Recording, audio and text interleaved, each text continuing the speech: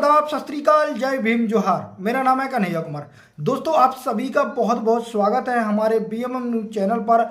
आज हम सबसे बड़ी जो खबरें हैं बहुजन समाज की, जो सबसे ज़्यादा वायरल खबरें हैं, हम विस्तार से आप लोगों के बीच में जानकारी देने वाले हैं कि आखिरकार पूरे भारत में जो आज की सबसे बड़ी खबरें हैं जो बहुजन समाज से संबंधित है, वो हम आप लोगों के बीच में विस्तार से बताने वाले हैं।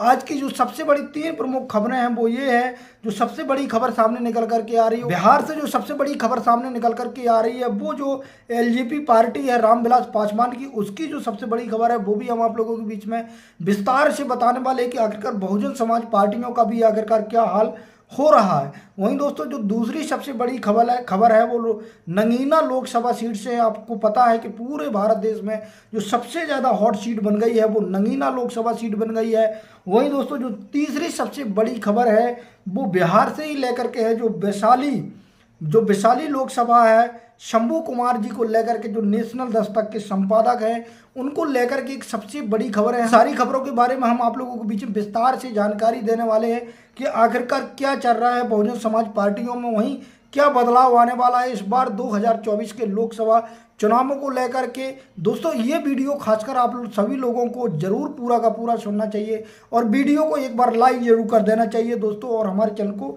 सब्सक्राइब भी कर। आज की जो सबसे बड़ी खबर है वो ये है कि एलजेपी जो है, जो खासकर रामविलास पासवान जी की सबसे बड़ी पार्टी है बिहार में, वहाँ पर जो सबसे बड़ी खबर सामने निकल करके आ रही है कि वहाँ का जो एलजेपी के बड़े नेता हैं, जो 22 नेताओं ने वहाँ पर एलजेपी पार्टी को छोड़ दिया, रामविलास पासवान जी की पार्टी को छोड़ करके वो चले गए हैं। वो ये सबसे बड़ी खबर है। वहीं दोस्तों, कहा जा रहा है कि बिहार में जिस प्रकार से खासकर तेजस्वी यादव जी ने अपना पूरा जो वर्चस्व है वो बना के रखा, और खासकर 2024 के लोकसभा चुनाव में यहाँ पर जो सबसे बड़ा परिवर्तन लाने वाले हों, सबसे बड़ा जो बदलाव लाने वाले हैं वो तेजस्वी यादव जी लाने वाले हैं। जो तेजस्वी यादव जी हैं और कांग्रेस पार्टी है, इनका यहाँ पर गठबंधन हुआ है, तो यहाँ पर धमाकेदार एंट्री होने वाली है। खासकर जो आरजेडी पार्टी है और खासकर जो तेजस्वी यादव जी हैं वो सबसे ज़्यादा यहाँ पर खासकर मुखरता के साथ विरोध करते हैं, जो सत्ताधारी पार्टी है, और कहीं ना कहीं जो गरीबों की लड़ाई लड़ने का काम करते हैं।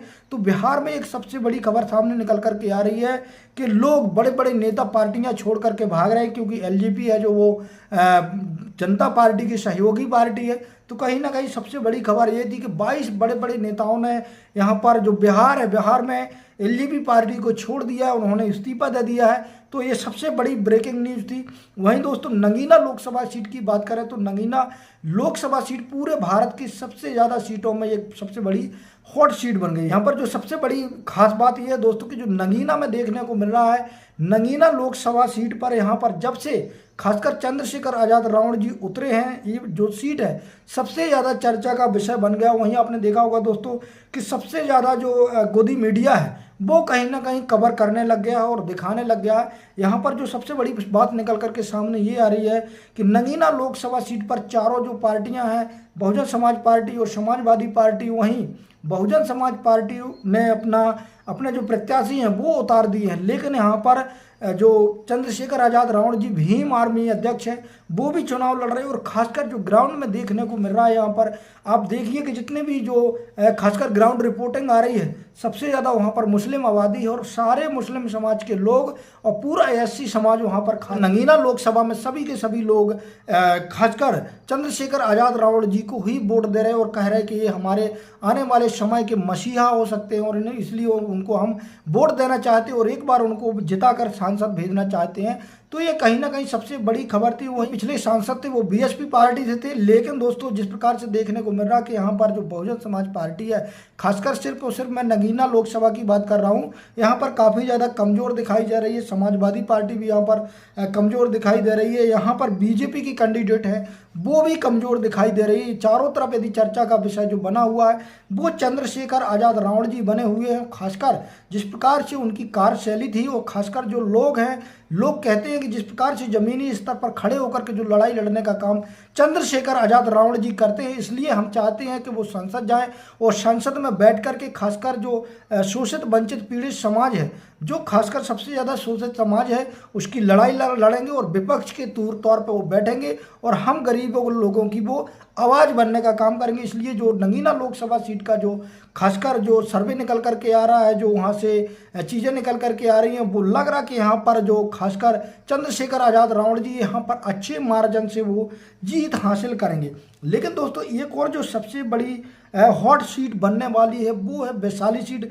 यहाँ से आपने देखा होगा जो खासकर बहुजन पत्रकारों के लिए एक सबसे बड़े प्रेरणा स्रोत रहे, मेरे लिए भी प्रेरणा स्रोत हैं शंभू कुमार जी, नेशनल दस्तक के संपादक हैं। शंभू कुमार जी वैशाली लोकसभा से चुनाव लड़ने वाले हैं। और यहाँ पर एक जो सबसे बड़ी इस बात सामने निकल करके आ रही है कि यहाँ पर जो सबसे चर्चित नेता हैं, खासकर कहा जा रहा है कि जिस प्रकार से जो चंद्रशेखर आज़ाद रावण हैं उनसे भी बड़े कद के नेता जो माने जाने लग गए हैं, बिहार में एक गोल्डन दास है। आखिरकार मैं ऐसा क्यों कह रहे हूँ, आप उनकी हिस्ट्री देख सकते हैं। वो अभी 23-24 साल की उम्र के हैं और 19 बार लगभग वो जेल जा चुके हैं 5-6 माह के लिए, और लगातार वो शोषित वंचित पीड़ित समाज के लोगों की आवाज़ उठाने का काम करते हैं। इसलिए गोल्डन दास ने सबसे बड़ा जो साथ देने का काम किया है। खासकर उन्होंने कहा कि शंभू कुमार जी को यहाँ से लड़ना चाहिए और पूरे तरीके से वो सहयोगी रहेंगे। और उन्होंने कहा कि ऐसे लोगों को सामने निकल करके आना चाहिए जो सामाजिक न्याय की लड़ाई लड़ते हैं। उन्होंने स्वागत किया है चंद्रशेखर आज़ाद रावण का भी। उन्होंने कहा कि बड़े भाई चंद्रशेखर आज़ाद रावण जैसे लोगों को ही जिता करके संसद में भेजना चाहिए। लेकिन बिहार के वैशाली सीट से जिस प्रकार कहा जा रहा है कि यहाँ पर कभी भी सवर्ण समाज के अलावा कोई भी कैंडिडेट नहीं जीता है, लेकिन जिस प्रकार से शंभू कुमार जी को नेशनल दस्तक के जो संपादक हैं उनको समर्थन मिल रहा है, यहाँ पर लग रहा कि यदि शंभू जी यहाँ से चुनाव लड़ते हैं और जिस प्रकार से गोल्डन दास जैसे बड़े नेताओं ने जो खासकर सबसे बड़े समाजवादी और जो समानता के लिए लड़ाई लड़ते हैं, अभी आपने देखा हो गोल्डन दास ने मुन्ना शुक्ला जी है उस पर भी अभी FIR दर्ज करवाई थी।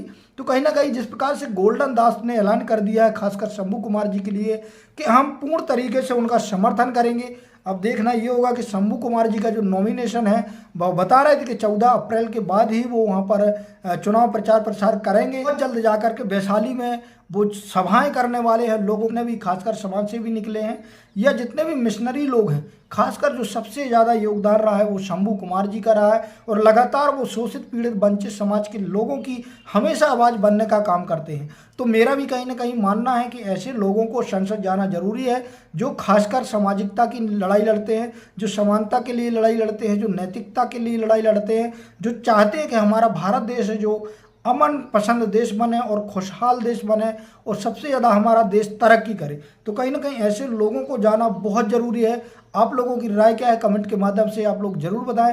अंत में BM न्यूज़ 90 की आपसे गुजारिश है कि अभी तक आपने हमारे चैनल को सब्सक्राइब नहीं किया तो सब्सक्राइब कर लें, साथ में बेल आइकन को प्रेस कर लो, वीडियो को लाइक जरूर कर दें। धन्यवाद।